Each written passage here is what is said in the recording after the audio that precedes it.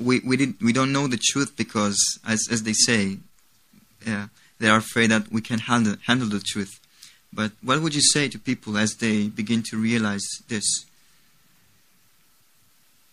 As people start to, explore this kind of information, they start to learn about the reptilians, and they start to get very afraid and worried about, the control and the corruption, and paranoid that everybody is a reptilian, or how am I supposed to know, and so forth, and pointing fingers. And I think that is really important for people to realize that everything first happens within, and it makes perfect sense that people are seeing reptilians in the hologram, or appearing that way, because inside of ourselves we have the reptilian brain. And that reptilian brain is where a lot of our negative self-talk comes from. The repetition as well. So every time we tell ourselves we're no good, or we don't deserve love, and so forth, we're feeding and encouraging that reptilian energy. And millions of people doing that for millions of years has manifested this living nightmare, living self-fulfilling prophecy of us, very self-destructive.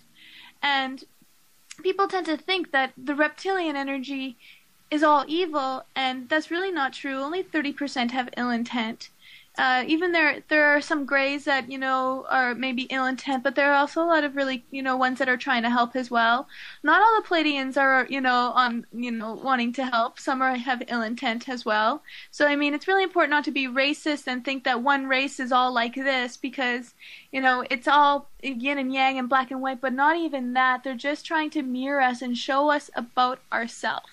With the grays particularly, I learned this, that they're the ones that are doing the cattle mutilations and abductions on people. And I said, well, why are you guys doing this? Don't you understand people see you guys as bad guys? You really should stop. And they said, yeah, you think we're bad guys, but look what you guys do to your cows and your own people. And I said, still, you should stop. And they said, okay, that's fine. We'll stop. We'll stop when you stop. And I realized that they're just mirroring us, and that how we are unconsciously giving our power away and allowing these things to happen in the world by every time. We don't like how the reptilians lie to us and control us, but you know what? We lie to ourselves and our loved ones all the time. Why is it okay for us but not okay for them? Right? We really need to look at ourselves first and foremost, and understand that the dragon energy, reptilian energy, in the mythology aspect of it is always, in the medieval times, the dragon guarding the treasure, right? Yeah. And the knight would have to slay or overcome the dragon and their greatest fears and their destructive nature in order for them to experience the treasures within themselves. The Chinese have the dragon guarding the pearl of wisdom. Pure pearl also represents the crown chakra, the connection with God and clarity. It's necessary to have a villain in a movie that the hero, when they overcome this villain, they're stronger and wiser as well, right? Because someone who plays a villain in a movie is not bad in real life. So why would we think someone who plays a villain in our life is bad on the soul level? They're playing a role to help us with our growth. So I'd rather have people look at the reptilian and ET energy like this, because the way that it's being shared right now tends to just lock people in fear and anger and frustration and just, again, lack of clarity. Thinking we need to kill them and, rid the planet of this, but to kill them is we're killing ourselves as well. And that solution doesn't work. It doesn't work. Every time we do war, we get more war, it seems. Every time we harm others, we're harming ourselves and harming our loved ones. It's always a ripple effect that comes back to us, hey? Interesting. Mere reflection, pieces of ourselves. Yeah, like what you put out is what you get. So we need to come from a place of more compassion. And the definition of insanity is doing the same thing over and over and expecting different results. So war and fighting and thinking we can vanquish the enemy, but the enemy always comes. Even in movies, if the hero vanquishes one villain, then there's a sequel and it's another villain suddenly appears. No sooner does the hero appear than the villain appears, it seems. Conveniently enough in these stories. They're archetypal understandings of ourselves in the dance of this experience that we're having here in many different forms and shapes, human and non. So there are, on the other side, many people speak about what they call the shift. And some speak about 2012, some speak about other things. What is your view about that? about the change, about the shift. Do you think it's going to be 2012 and suddenly things are going to change, or what is your view about that? Well, time is non-linear. So, past, present, future all are happening at the same time simultaneously. And our concept of time is so faulted and so, been tampered with and changed so many times that nobody really knows what the year actually is right now. Some people say it's 2007 right now, and some people say, it's 2040. Like, nobody really knows. So I find it kind of interesting how we give so much merit to 2012. The fact of the matter is the shift has all happened long ago. And every day we're seeing more and more people waking up, more and more love, more and more solutions and positivity. A lot of people are so afraid, conditioned to believe that it's the end. And in a sense, it is the end to an old way of living, being, thinking, and doing. And so, people who don't have can visualize a life outside of the system and the way it is right now, it is the end. Right? Because they just don't have that imagination to create the new world. Because we're given this opportunity to recreate the earth, and recreate the kind of life we want, going beyond our limits, and experiencing that firsthand. Because it's time. Because we've experienced everything we need to experience in duality and conflict, and we now know what works and what doesn't work, like a chess game kind of a thing. Every single thing that the Illuminati has tried to do has seemed to fail. It's quite interesting to see all the hard work that they do to repress people and mind control and torture, and for thousands and thousands of years. Yet here we are going past all that, like none of it is working. So who are we, and what are we here to do? We're doing it, and could we do it without them making a mockery of politics and all these things that we thought were, school and history, and we're starting to really, go through all these lies and see the truth so clearly, thanks to them making it so blatantly ridiculous, and us just losing all respect and questioning, what, these people really don't have our best intention in mind, and I'm not going to no longer ask, and get mad at my government and say, what are they going to do about it? Because I know that it's now, what am I going to do about it, and how can I be an example? Right?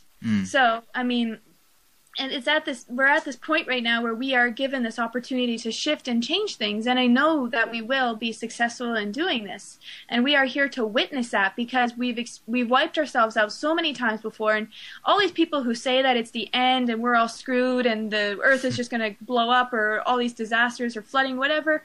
Do you really think that we came here to wake up, and these advanced souls, all that are being born right now, these amazing children, all came here just to be wiped out? Does that make any sense to you? Yeah, so we just really got to go within ourselves to do that soul archaeology, to find the answers and the truth of what's going on. Because more and more people are turning back to, not relying on grocery stores, but growing their own food, communicating with nature, with Mother Earth, healing our bodies, and all kinds of natural cures are coming out via meditation or herbs or Reiki, energy healing, so many different modalities. It's so exciting to watch and see.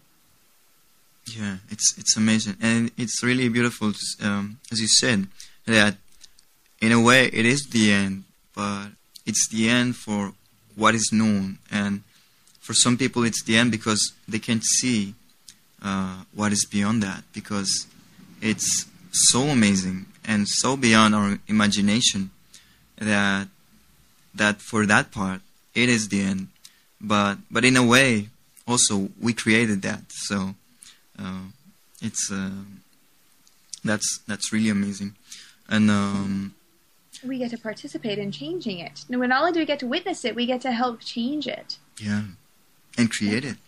And create it again. So like when you're having a nightmare and you say, you know what, scary monster, I want you to turn into bubbles, and then he does. And you look at this dismal, dank, depressing place you're in, and you think, tropical paradise, and suddenly you're in this beautiful place, and you're like, I'm going to fly. All these kind of things suddenly, as waking life and dream world collide into one, where you can't tell the difference between the two anymore, where you come into yourself and your potential, who you are and what you're capable of. So you think, in a way, people who are awake, and is there a way to help people who are more in the negative, or people who are, are cynical about spirituality and meditation. And is there a way, as a practitioner, one can actually help these people? Because it seems the more we are like the many, cells in the body, the more it starts to change. It seems it brings a larger effect. Yeah, it's a really good thing that a lot of people had times in their life where they were sleeping, particularly me, because I really understand what it means to be sleeping and how scary and difficult of a mentality and state it is to be in that. So I can understand and I can relate and I can find a common ground and communicate on their level. Like I said earlier, we can speak to their soul, that part of them that already knows deep down. Sometimes speaking is no good. I find a lot of people who share, they just get constant negative resistance or fighting or arguing and no, my belief is the truth and that's it kind of a thing, because they're very conditioned to think a certain way at a very young age.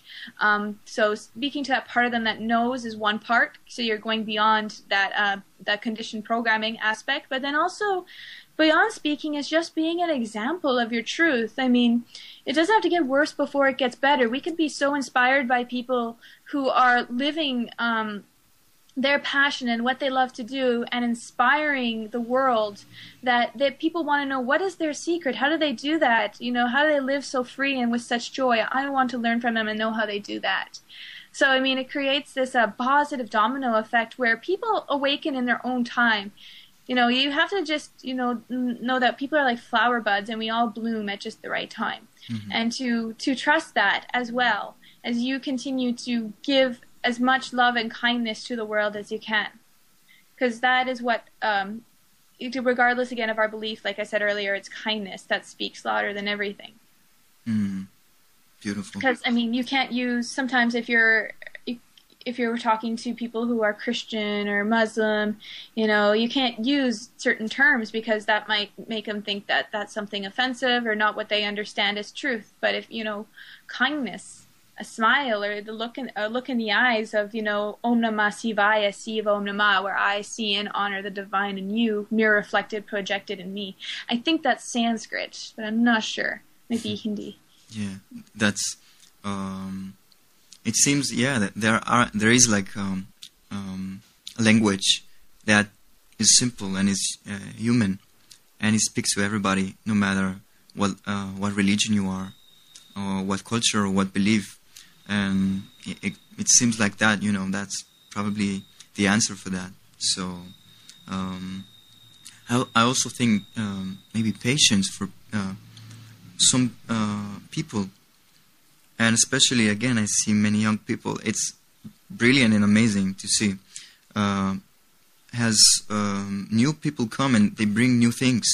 So you'll see very creative ways that seems, crazy, and or what they call crazy wisdom, Right. It's heart intelligence. Heart intelligence and intelligence outside of mind. Absent-minded professor, mad genius, madly in love.